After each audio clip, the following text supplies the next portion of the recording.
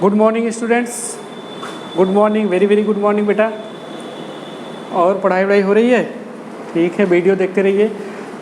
तो आज हम बेटा स्टार्ट करेंगे हाइजेनबर्ग अनसर्टेनिटी प्रिंसिपल। इसके पहले हम लोग पढ़ चुके हैं बेटा de Broglie concept of dual nature of matter. कि मैटर के पार्टिकल जो हैं, चाहे वो माइक्रोस्कोपिक हो और माइक्रोस्कोपिक पार्टिकल हो, दैट मीन्स इलेक्ट्रॉन प्रोटॉन एक माइक्रोस्कोपिक पार्टिकल वो हो, चाहे एक हैवियर पार्टिकल हो microscopic, both possess particle as well as wave nature. सब में पार्टिकल की भी नेचर होता है और वेव नेचर होता है। उसके लिए डी ब्रोगली कॉन्सेप्ट में हम लोग पढ़े थे। डी ब्रोगली के अकॉर्डिंग एक क्वेश्चन उन्हें दिया था, lambda is equal to h upon p, और उसी को हम राइट करते हैं lambda is equal to h upon m v. Okay, उन्होंने बताया कि जो मोमेंटम होता है वो वेवलेंथ से रिलेटेड है। ठीक है, तो ये चीज़ें तो हमने पढ़ा है कि दोनों प्रॉपर्टी होती है, वेव की भी प्रॉपर्टी पजेस करता है और पार्टिकल की भी प्रॉपर्टी पजेस करता है एक इलेक्ट्रॉन। ओके, चाहे माइक्रोस्कोपिक इलेक्ट्रॉन हो प्रोटॉन हो। अब बात ये क्लियर हो गई कि electron proton means microscopic particle भी बिहेव करता है वेव की तरह और पार्टिकल की तरह बिहेव करता है डी ब्रोगली कॉन्सेप्ट के अकॉर्डिंग।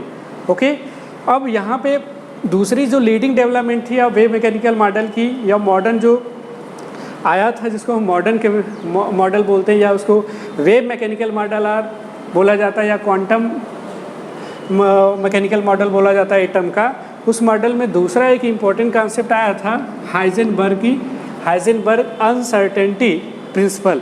तो हाइजेनबर्ग ने क्या कहा, तो डी ब्रोगली ने तो कहा था ठीक है, जो भी माइक्रोस्कोपिक पार्टिकल है उसमें वेव और पार्टिकल दोनों के इम्पॉर्टेंट कैरेक्टरिस्टिक्स होते हैं, बट इन्होंने कहा इनकी हाइजेनबर्ग की अनसर्टेनिटी प्रिंसिपल के अकॉर्डिंग उन्होंने बताया, किसने, वर्नर्स हाइजेनबर्ग ने बताया कि एक्चुअली बोथ प्रॉपर्टी तो होती है, पार्टिकल की तरह बिहेव करता है एज वेल एज वो वेव की भी प्रॉपर्टी रखता है कि इलेक्ट्रॉन या microscopic particle, but these property do not show simultaneously. But ये प्रॉपर्टी वो साइमल्टेनियसली नहीं शो कर पाता है एक साथ।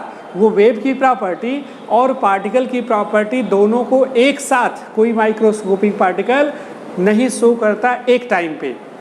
बात पहले समझ लो बेटा, उसके बाद हम एक्सप्लेन करें। हमने क्या कहा, हाइजेनबर्ग ने कहा कि डी ब्रोगली का कॉन्सेप्ट सही है कि जितने भी माइक्रोस्कोपिक पार्टिकल है, चाहे इलेक्ट्रॉन हो प्रोटॉन हो न्यूट्रॉन हो, both have dual character, that means both have wave as well as particle character. But according to Heisenberg uncertainty principle, इन्होंने कहा it is impossible to measure position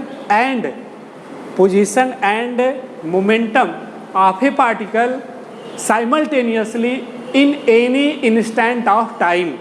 एक साथ किसी भी माइक्रोस्कोपिक पार्टिकल जैसे इलेक्ट्रॉन है उसके पोजीशन का मेजरमेंट एज वेल एज उसके मोमेंटम का मेजरमेंट हम एक साथ नहीं कर सकते accurately.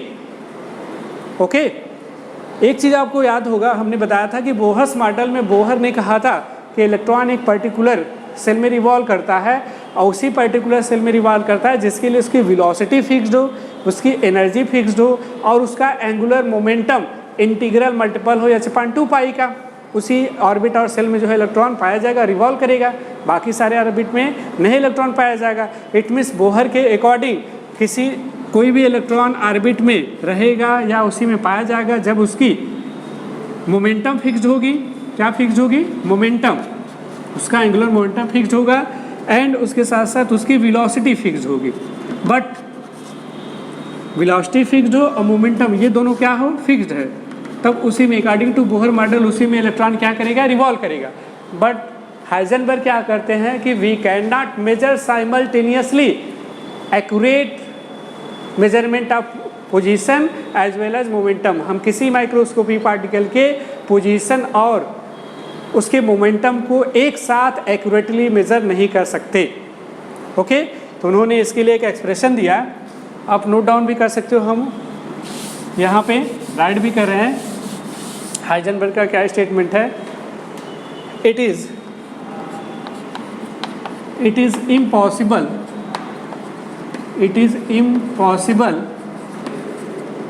To major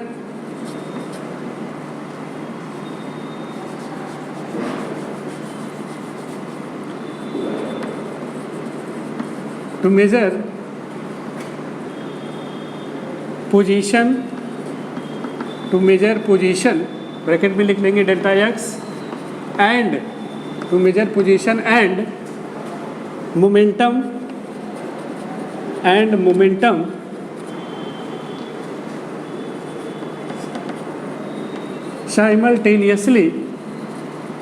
simultaneously in one instant of time. तो it is impossible to measure position and momentum, जिसको आप यहाँ ब्रैकेट में लिख लेंगे delta p, simultaneously in one instant of time of any electron और माइक्रोस्कोपिक पार्टिकल। ओके बेटा, ये है उनका हाइजेनबर्ग का अनसर्टेनिटी प्रिंसिपल कि it is impossible to measure, ये इम्पॉसिबल है मेजर करना position and momentum simultaneously in one instant of time of any electron और microscopic particle with accuracy, accuracy के साथ, विद एक्यूरेसी, एक्यूरेसी के साथ, एक्यूरेट जो हम पोजीशन और मोमेंटम को नहीं मेजर कर सकते। इनका कहने का मिस ये है बेटा कि अगर हम किसी भी इलेक्ट्रॉन या माइक्रोस्कोपिक पार्टिकल का अगर पोजीशन मान लें कि डेल्टा एक्स है और उसका मोमेंटम डेल्टा पी हम ले लें, देन इट इज़, ये इसका जो प्रोडक्ट होगा वो कांस्टेंट होगा and it is equal to or greater than s upon 4 pi. ये इज इक्वल टू होगा आर ग्रेटर देन होगा एस अपॉन 4 पाई के, that is the Heisenberg uncertainty principle का ये एक मैथमेटिकल एक्सप्रेशन है कि position delta x microscopic particle का, डेल्टा पी मोमेंटम, ये इज इक्वल टू हो सकता है और ग्रेटर देन हो सकता है। ये ग्रेटर देन की साइन हमने लगाया, ये इज इक्वल टू, तो ग्रेटर देन हो सकता है और इज इक्वल टू हो सकता है एस अपॉन 4 पाई से।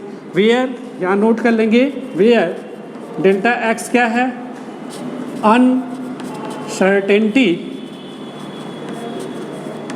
इन पोजीशन, अनसर्टेनिटी इन पोजीशन है, ये पोजीशन अनसर्टेन वाला है, एंड डेल्टा पी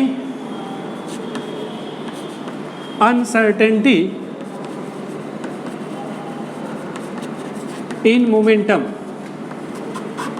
ये मोमेंटम का अनसर्टेनिटी है, एंड एच क्या है, प्लैंक्स कांस्टेंट, आप जानते हो प्लैंक्स कांस्टेंट, ये प्लैंक्स कांस्टेंट, ठीक है बेटा। ये है हाइजेनबर्ग की अनसर्टेनिटी प्रिंसिपल कि एक साथ हम पोजीशन और मोमेंटम को एक साथ एक्यूरेटली मेजर नहीं कर सकते। अगर पोजीशन एक्यूरेटली मेजर होगा तो मोमेंटम एक्यूरेटली नहीं मेजर होगा, अगर मोमेंटम को हम एक्यूरेट मेजर कर लेते हैं तो पोजीशन एक्यूरेटली मेजर नहीं होगा, ठीक है। आप इसको राइट डाउन कर लेंगे।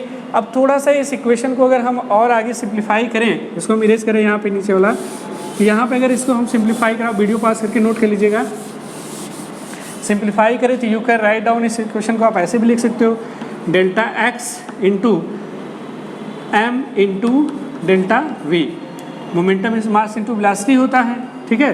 तो आप डेल्टा पी को जानते हो कि डेल्टा पी इज टू हो जाएगा एम इंटू डेल्टा वी, तो वही हमने यहाँ वैल्यू रख दिया, is equal to greater than and is equal to or greater than h upon 4 pi, okay. R S को हम ऐसे भी राइट डाउन कर सकते हैं, और delta x dot delta v is equal to or greater than s upon 4 pi into m. ये क्या कर रहा है बेटा, ये कर रहा है कि it is impossible to measure simultaneously position and velocity of an electron, simultaneously position and velocity of electron की मेजर करना क्या है, इम्पॉसिबल, हम एक्यूरेटली मेजर नहीं कर सकते, ओके। तो you can say in other words according to Heisenberg uncertainty principle and of a microscopic particle, the position and velocity of microscopic particle cannot be measured accurately simultaneously, एक साथ major नहीं किया जा सकता, ठीक है। इस पर न्यूमेरिकल आते हैं स्टूडेंट, इसको आप न्यूमेरिकली सॉल्व करने के लिए इस एक्सप्रेशन को यूज़ करोगे। आप न्यूमेरिकल के पॉइंट ऑफ व्यू से आप इसको ऐसे भी राइट कर लीजिएगा, delta x into delta v is equal to h upon, h Planck's constant है, एच अपॉन 4 पाई एम।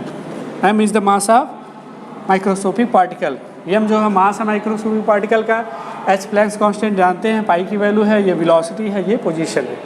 तो ये इन्होंने बताया हाइजेनबर्ग का, ये क्या है, अनसर्टेनिटी प्रिंसिपल है। इससे ये क्लियर हो जा रहा है कि इलेक्ट्रॉन एक्यूरेट, ये इलेक्ट्रॉन फिक्स्ड वेलोसिटी और फिक्स्ड पोजीशन में फिक्स्ड वेलोसिटी और फिक्स्ड मोमेंटम वाले ऑर्बिट में ही रिवॉल्व नहीं करता, उसकी ऑर्बिट और मोमेंटम फिक्स नहीं होती, उसकी वेलोसिटी फिक्स नहीं है। ओके, अगर वेलोसिटी फिक्स्ड है तो पोजीशन नहीं फिक्स होगी, अगर पोजीशन फिक्स होगी तो वेलोसिटी नहीं फिक्स्ड होगी। ठीक है, और ये आप एक्सप्रेशन न्यूमेरिकल में यूज़ करेंगे, इसका एक्सप्रेशन केवल न्यूमेरिकल के लिए यूज़ होगा, न्यूमेरिकल लगाने के लिए। ठीक है, ये हाइजेनबर्ग का अनसर्टेनिटी प्रिंसिपल जो है केवल माइक्रोस्कोपिक पार्टिकल के लिए ही सिग्निफिकेंस है बेटा इसका। और हाइजेनबर्ग के अनसर्टेनिटी प्रिंसिपल से एक इंपॉर्टेंट चीज़ मिला कि इलेक्ट्रॉन उसी ऑर्बिट में रिवॉल्व करेगा जिसके लिए उसकी एनर्जी क्वांटाइज्ड होगी, मींस फिक्स्ड होगी।